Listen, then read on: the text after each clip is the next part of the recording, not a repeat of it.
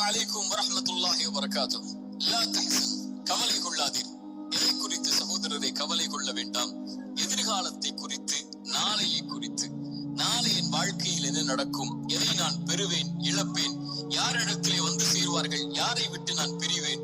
ஒருவேளை என்னுடைய தொழில் நஷ்டம் ஏற்பட்டால், ஒருவேளை எனக்கு வேலையை அவர்கள் நிறுத்திவிட்டால், ஒருவேளை நான் மரணித்து விட்டால் என் குடும்பத்தின் நிலைமை என்ன? பிள்ளைகளின் எதிர்காலம் என்ன? ஒருவேளை ஒருவேளை ஒருவேளை என்ற 1000 எதிர்காலத்தை பற்றிய கேள்விகளின் பயத்தோடு ஒரு மனிதன் இன்றைய நேரத்தை கழிப்பதால் அந்த பயமே அவனுடைய இன்றைய நாளையும் அழித்து நிகழ்காலத்தை தரமட்டமாக்கி விடுகிறது. அந்த கவலைகளில் மூழ்கி எதிர்காலத்தை நோக்கி நகராமல் இருளில் ஒரு மனிதன் தன்னை ஆக்கிக் கொள்கிறான். என் தோழனே, என் சகோதரனே, நாளை என் வாழ்வில் என்ன நடக்கும்? நான் எதை நோக்கி செல்கிறேன்? எதை நான் பெறுவேன் என்ற கல்வி யாரிடத்தில் இருக்கிறது? இறைவன் சொல்லுகிறான், எந்த ஒரு உயிரும் அறியாது அது நாளை எதை செய்யும் என்று. இறைவன் மேலும் சொல்லுகிறான், ஒரு செயலை நாளை நான் செய்வேன் என்று சொல்லாதீர்கள். இதுவரை இறைவன் நாடினாலே அன்றி என்ற வார்த்தையை சேர்க்காமல் என்ன சொல்ல வருகிறான்? எதிர்காலத்தை பற்றிய எல்லா கல்வியும் இறைவன் ஒருவனிடத்தில் தான் இருக்கிறது.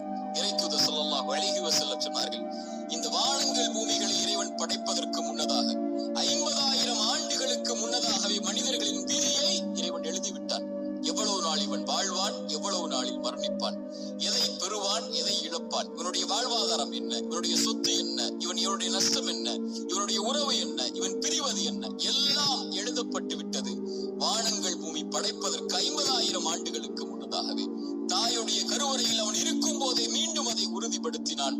இறைத்தூதர் ஸல்லல்லாஹு அலைஹி வஸல்லம் சொன்னார்கள், நல்லா கேட்டுக்கோங்க, உள்ளத்தை தட்டி இந்த ஹதீஸ் அந்த உள்ளத்துக்கு சொல்லிக் கொடுங்க.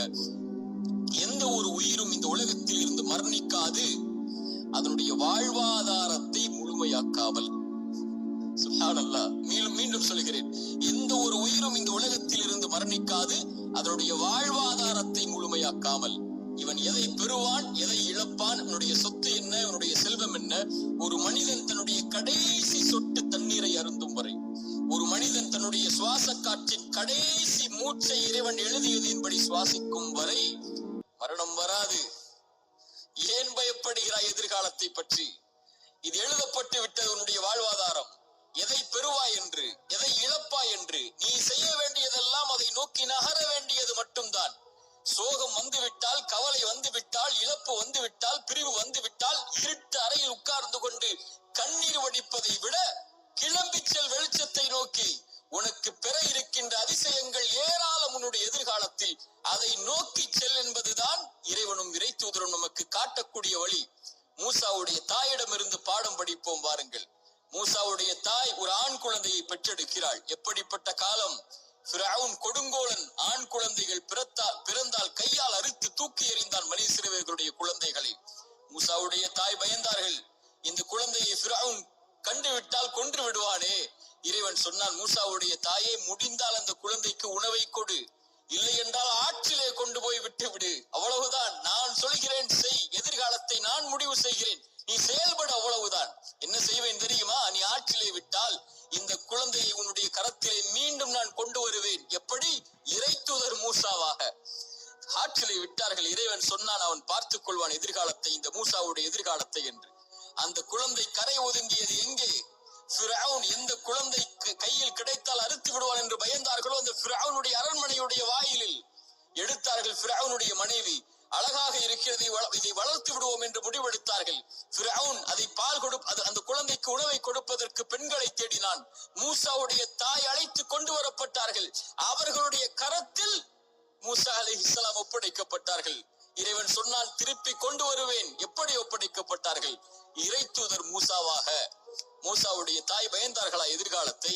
நபி யாக்கூப், நபி யூசுப் அலைஹிஸ்ஸலாம் விட்டார்கள் அவருடைய சகோதரர்கள் கிணற்றிலே. பயந்தார்களா? அவர்களை அந்த கிணறுதான் அவர்களை அரண்மனைக்கு கொண்டு சென்றது. அவர்கள் சிறையில் அடைக்கப்பட்டார்கள். அந்த சிறைச்சாலை தான் அவர்களை சிம்மாசனத்திலே உட்கார வைத்தது. நபி யூசுப் பயந்தார்களா? இத்துணை இறைத்தூதர்களுடைய வாழ்க்கை ஆரம்பத்தில் எப்படி இருந்தது? இறைவன் சொன்னான், எதிர்காலத்தை பற்றி அவர்கள் கவலைப்படவில்லை. நபி நூஹ் கப்பல் கட்டினார். அங்கே வெள்ளம் இருந்ததா? ஆறு இருந்ததா? மலையை இறைவன் கொண்டு வருவான் என்று சொன்னால் அவன் கொண்டு வருவான். என் வாழ்வை சிறந்ததாகத்தான் இறைவன் அமைத்திருப்பான் என்று நான் நம்புகிறேன். அவன் அப்படித்தான் அமைத்திருப்பான். இன்று சோகம் நாளையது மகிழ்ச்சியாக மாறும். இன்று கண்ணீர் நாளையது அது சந்தோஷமாக மாறும். இன்றைய ஏழ்மை நாளை செல்வமாக மாறும். இன்றைய குழந்தையின்மை நாளை சிறந்த குழந்தையாக மாறும். இன்றைய உறவின் பிரிவு இதைவிட சிறந்த உறவை எனக்கு கொடுப்பான். இன்றைய இழப்பு இதைவிட அல்லாஹ் என்னை படைத்த இறைவன் இதைவிட சிறந்த ஒன்றை எனக்கு கொடுப்பான் என்ற நம்பிக்கையில் அவன் நகர்வான் வாழ்க்கையில். இறைத்தூதர் ஸல்லல்லாஹு அலைஹி வஸல்லம் சொன்னார்கள், இறைவன் மீது வைக்க வேண்டிய நம்பிக்கையை நீங்கள் உறுதியாக வைத்தால் எல்லா நேரங்களிலும் என் இறைவன் மீது நம்பிக்கை வைக்கிறேன், அவன் எனக்கு போதுமானவன். இன்றைய கஷ்டத்தை நீக்குவதற்கு அவன் எனக்கு வாக்கு கொடுத்திருக்கிறான்.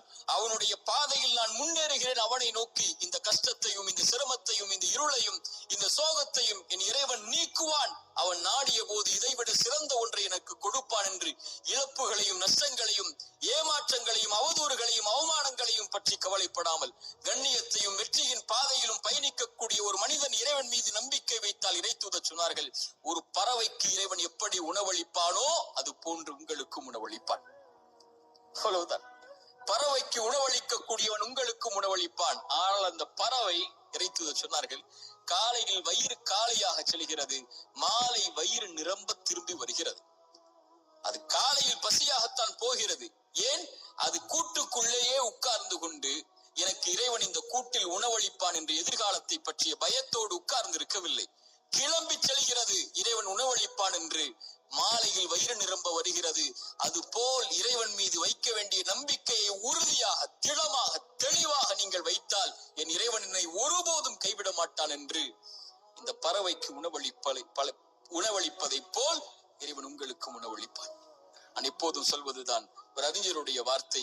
ஒரு இருள் சூழ்ந்த நேரத்தில் ஒரு இருண்ட பாறையில் ஒரு கருப்பு எறும்பு ஊர்ந்து சென்றால் அதை இறைவன் கண்காணிக்கிறான். அது நடக்கக்கூடிய சப்தத்தை இறைவன் கேட்கிறான். அது உள்ளத்தில் எண்ணக்கூடிய எண்ணங்களை இறைவன் அறிகிறான் என்றால், என் கண்ணீரையும் என் சோகத்தையும் என் கவலைகளையும் என் துக்கத்தையும் என் இறைவன் அறியாமல் இருப்பானா? அவன் சொல்லுவதெல்லாம் கிளம்பிச்சு. இருளில் உட்காராதே, சோகம் வந்து விட்டால். தனிமையில் உட்கார்ந்து கலங்கி கொண்டிருக்காதே, பிரிவு வந்து விட்டால். ஒன்றை இழந்து விட்டால் துவண்டு விடாதே, கிளம்பி செல். அடுத்தடுத்த வாழ்க்கை உனக்கு எதிர்நோக்கி இருக்கக்கூடிய அதிசயங்கள் ஏராளம். உட்கார்ந்து கொண்டால் கிடைத்து விடாது மானிடா, கிளம்பி செல். இறைவன் உன்னை சிறந்த வாழ்க்கையில் வாழ வைப்பான். ஒரு இறை நம்பிக்கை கொண்டவன் எதிர்காலத்தை பற்றி எந்த பயமும் கொள்ளாமல், கடந்த காலத்தை பற்றிய எந்த கவலையும் கொள்ளாமல், இன்றைய நாளை முறையாக பயன்படுத்தி எதிர்காலத்திற்காக தன்னுடைய வாழ்வை செதுக்குவான். என்ன நடந்தாலும் எது ஆனாலும் என் இறைவனின் நாட்டத்தின்படிதான் நடக்கும் என்ற நம்பிக்கையில், அது இறைவன் நாடியதை நான் பெறும் வரை எனக்கு மரணம் வராது என்ற நம்பிக்கையில் அவனுக்கு இறைவன் அமைத்த நேர்த்தியான நேர்மையான அந்த விதியின் மீது நம்பிக்கை கொண்டு அப்படிப்பட்ட இறை நம்பிக்கையாளர்களாக நாம் மாறினால் நம்முடைய எதிர்காலத்தை பற்றிய கவலைகள் நம்மை விட்டு மறையும். இறைவன் அந்த பாக்கியத்தை எனக்கும் உங்களுக்கும் தரட்டும். அகூலு கௌலி ஹாதா அஸ்தக்ஃபிருல்லாஹ் லீ வலக்கும். அஸ்ஸலாமு அலைக்கும் வரஹ்மத்துல்லாஹி வபரகாத்துஹு.